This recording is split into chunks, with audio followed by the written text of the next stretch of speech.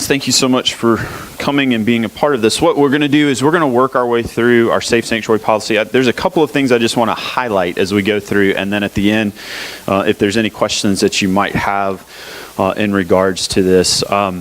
This is our policy that protects our children, our youth, and our vulnerable adults here at the church.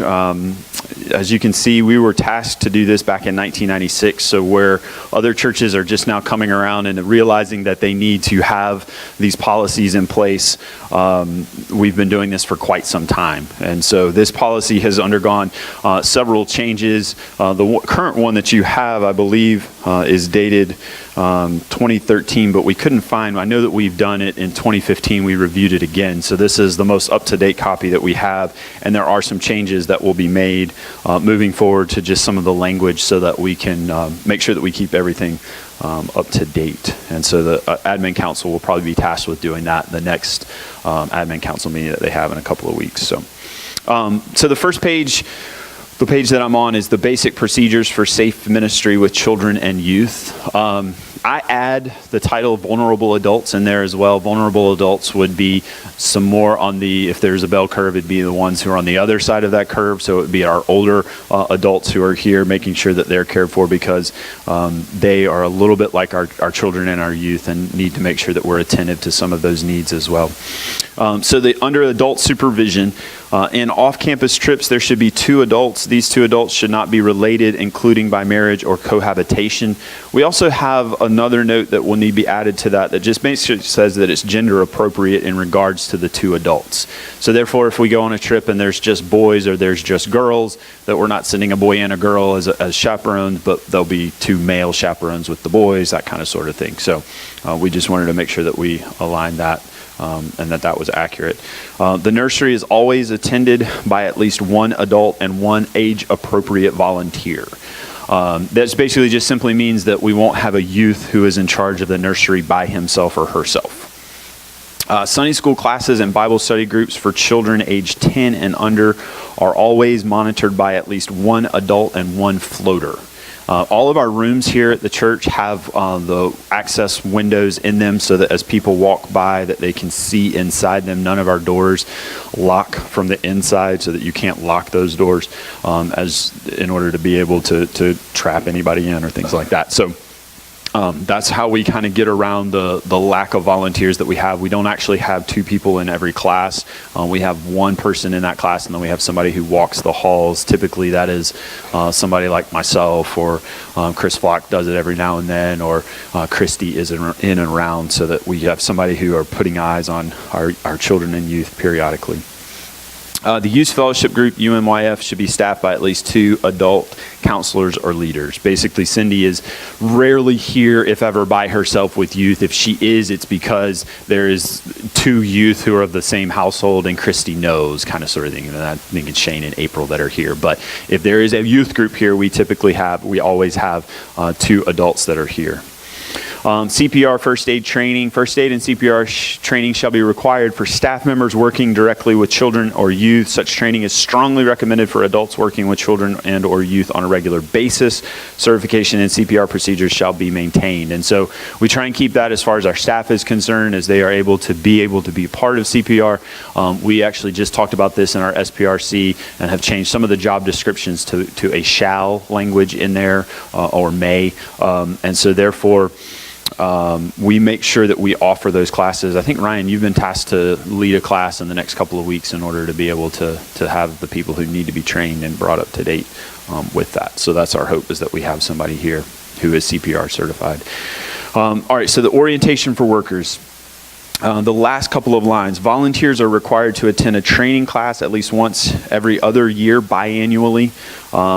All new members of the church must wait 6 months after joining before they are able to work directly with the youth. This is a language change that we're going to make, and we're going to be able to say they must be active participant for 6 months and at the discretion of church staff, children and youth. So there is a difference between joining and making sure that you're a member versus those who are active and participating in the life of the church. And so we want to leave a little bit of leeway in there, but we have to know you for 6 months before you can work. We did have an experience in the past in which someone came in and almost immediately started working with our youth, and we just didn't realize some of the difficulty that would bring. And so we have tried to make that change, and we sort of stick by that. So anybody walking in on the street and we've only seen for 1 month, we're not going to let them work with children and youth until they've been here for 6 months and we know them. Again, that will be left to the discretion of myself, of Cindy, of Christy, when they have passed that 6-month period. They don't necessarily have to join because people aren't joining churches nowadays. So it's no big deal.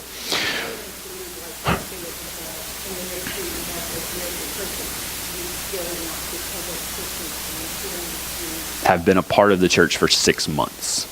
Correct. Yep. And you do have been a part of the church for 6 months. The 5 years older rule.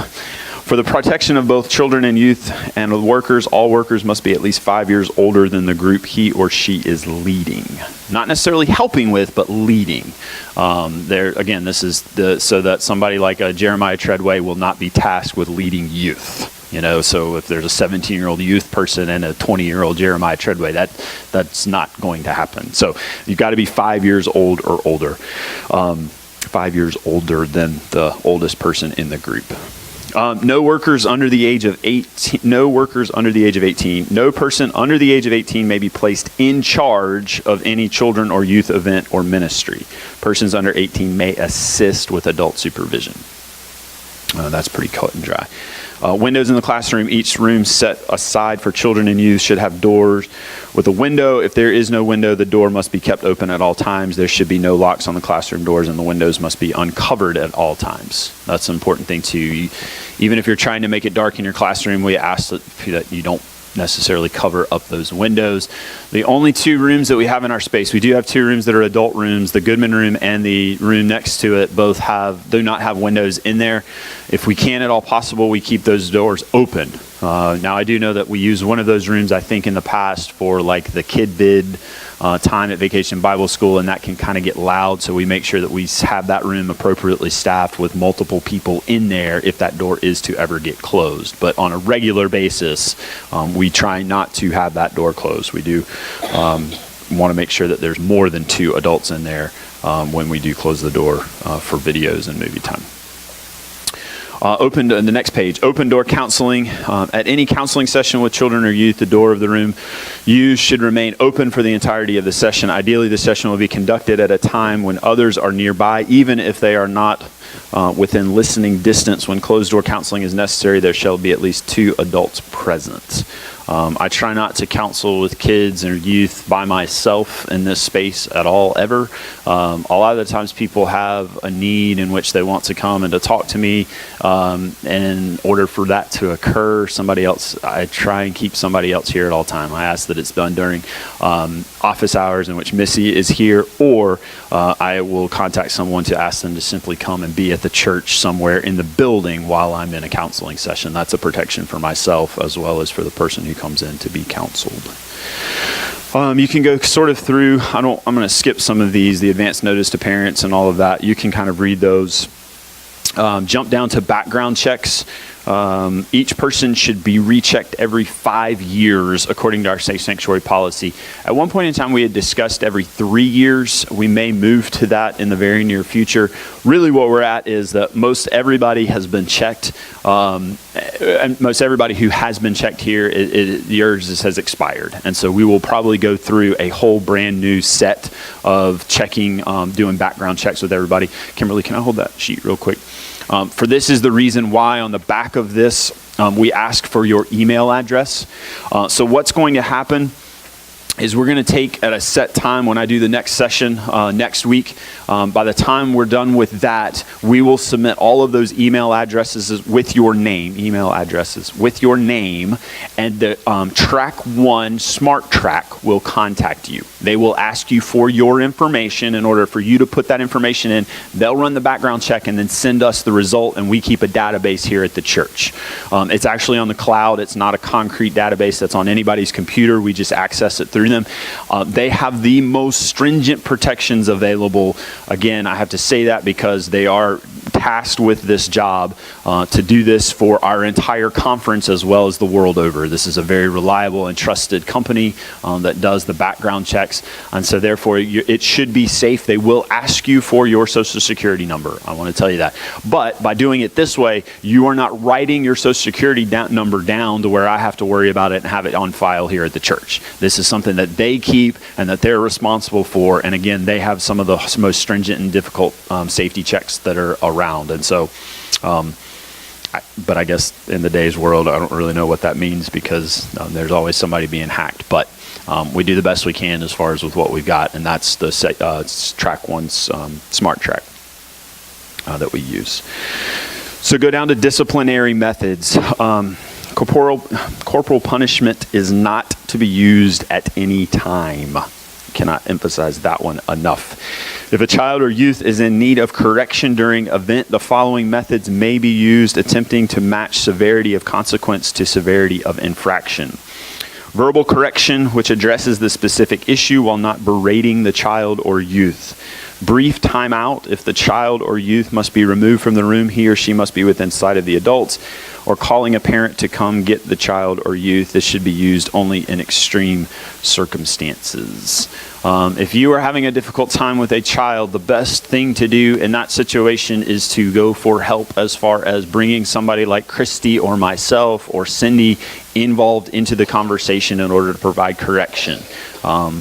We also acknowledge and realize that everybody's parenting style is different. And so where some people use one parenting style in order to keep their children in line, others of us use a different style, and those styles sometimes can conflict. And so therefore, we don't have like a one policy in which this is the way in which we have to do it. We provide some guidance and direction. But if there's ever a question or if there's anything that pops up, it's always best to sort of seek others to come alongside and to help out with that. Some of our youth and children have relationships with other people that allow them to be able to be better guides for these kids. So I think of somebody like Tina as well as Christy. Denny is really good with our upper elementary kids. They have a relationship with these kids already. And so therefore, if you get into an opportunity or experience in which you need some help, please don't hesitate to ask that. You will not be judged on your ability to keep children in line. We know that there are certain factors as evident by my children's sermon every Sunday morning, that sometimes cause things to go a little sporadic. So it's best to ask for help if you need that. Are there any questions as far as that one is concerned? I know that's always a big issue that we sort of run into. Okay, the next page, restroom policy. If one adult must leave the classroom or activity to take a child to the restroom, the adult shall wait outside the restroom door. In the case of young children who need assistance, the restroom door must be left open with sight of a second adult. Diaper changing should be deferred to the parents. However, if this is not possible, an adult may change a child's diaper provided the adult and child are not alone and out of the sight of others, as well as having talked to the parents who are involved in that situation with the child. Yep. I would say doing it when yes, Mm-hmm. if it is not out of diapers, I can't leave all my kids to take one. Right.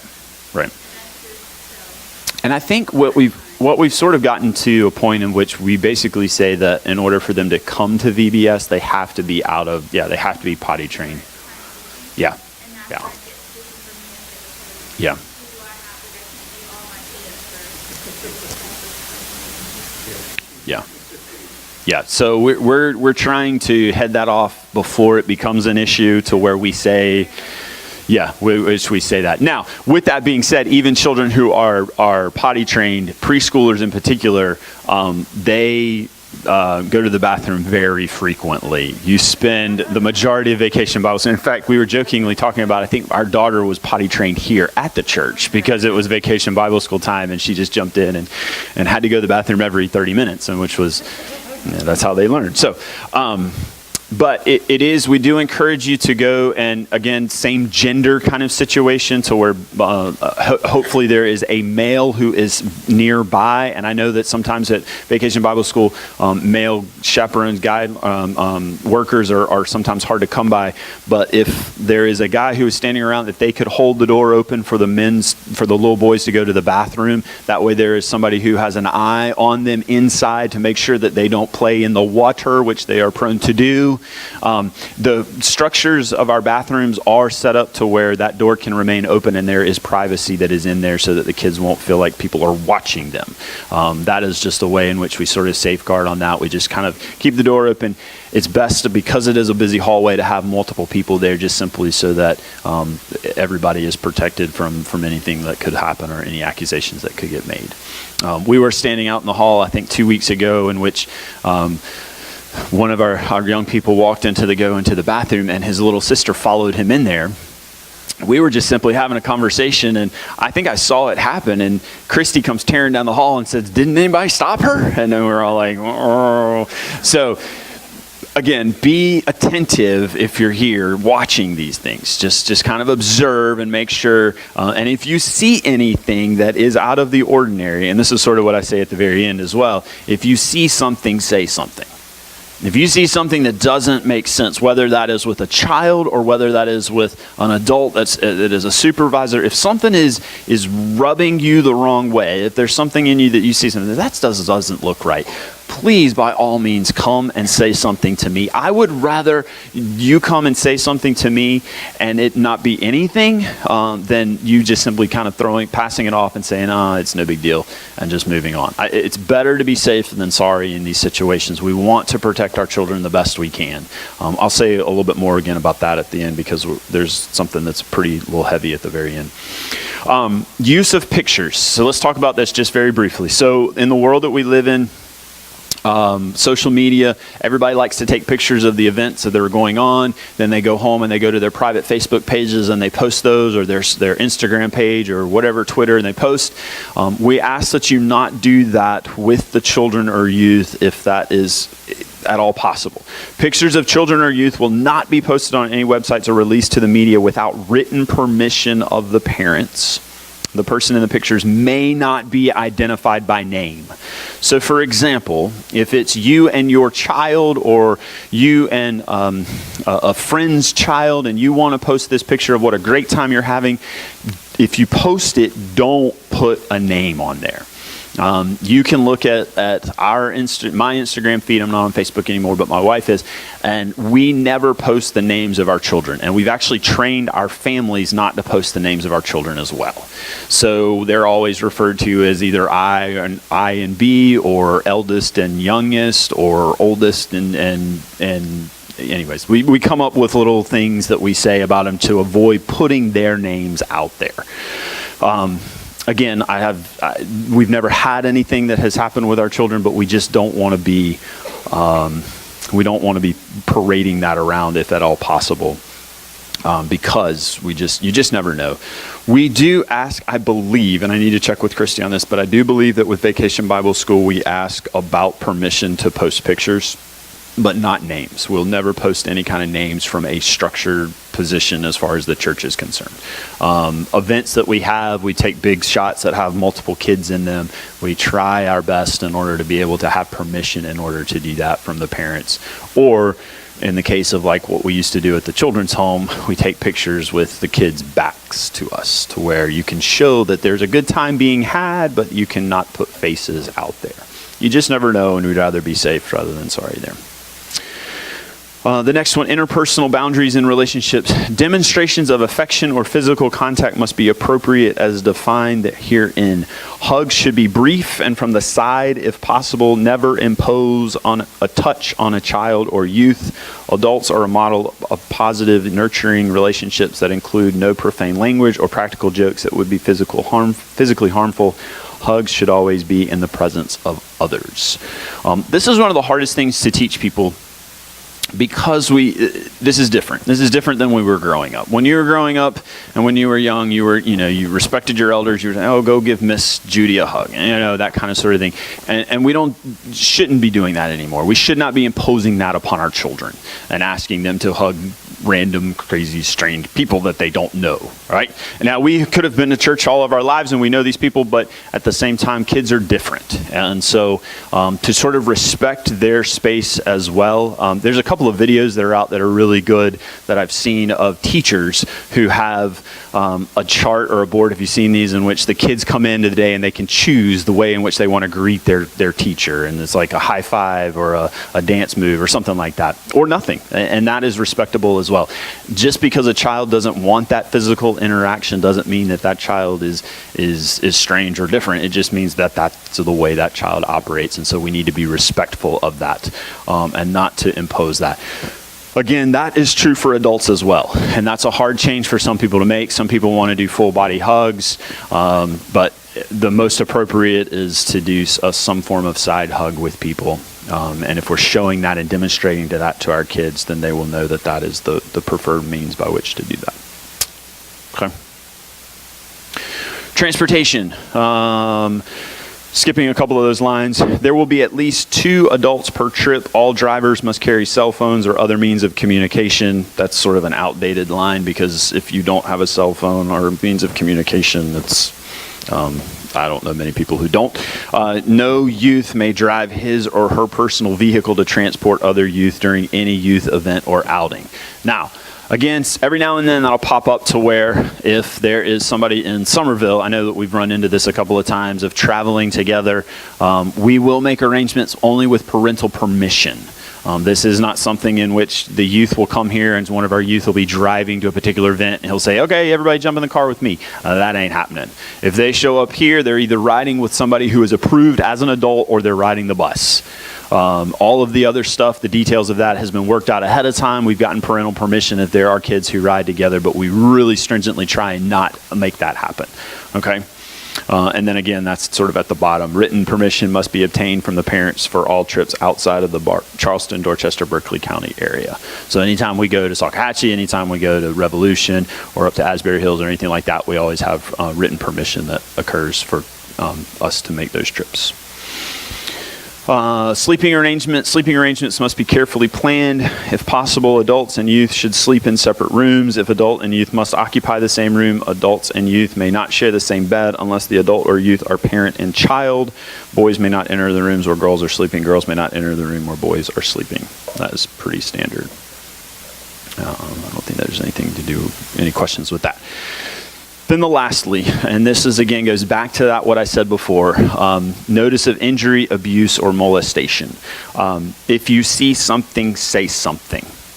Okay? You're going to be working with some kids maybe at Vacation Bible School who you don't know, who don't come to this church. Odds are, if they are here, it's because we know them somehow. They are connected to somebody. Very rarely do we have anybody walk in off the street who nobody knows. Christy is very connected in this community. I'm pretty connected as far as the elementary school. David's pretty connected as far as the elementary school. And as far as Drayton Hall is concerned, some of our parents are at other places. We know these kids who come. And so therefore, if you have a kid that comes and you notice like he's got bruises on his arm, ask somebody about it. I noticed this about this child. It could be that child is simply injury prone, right? Everybody walked in last week and they saw Joy May's arm in a cast, and everybody went, well, it was bound to happen sooner or later, right? Because that child is just off the hook all the time. Right? And she was very bold in saying, I jumped on, Matthew's bed. There was never or suspicion of anything that had happened in order for her to break her arm. We just know that child, right? And so it could be that the child who you see who has bruises on her arm, we just know that that's a hard-living kid who just is rough and tumble and he's bound to get hurt. It could be that, this is sort of out of the ordinary, we'll look into this. So if you see something, say something. Say something to me. Say something to Christy. Say something to Cindy. David, you can clarify this, but we're all mandatory reporters to where if we see something and we speculate that we have to report it. That is the task of that's written in the law of the land as far as I am concerned as a pastor. Teachers, I believe you're the same way, correct? Teachers, medical professionals, and all of that. Yes, ma'am. I had a situation where I was working with young 3 and 4 Mm-hmm. whenever the older brother, one particular child would come in a situation, the entire personality and Right. behavior changed. And I had to report that. Mm-hmm. And then Right. Right. So it's not just abuse.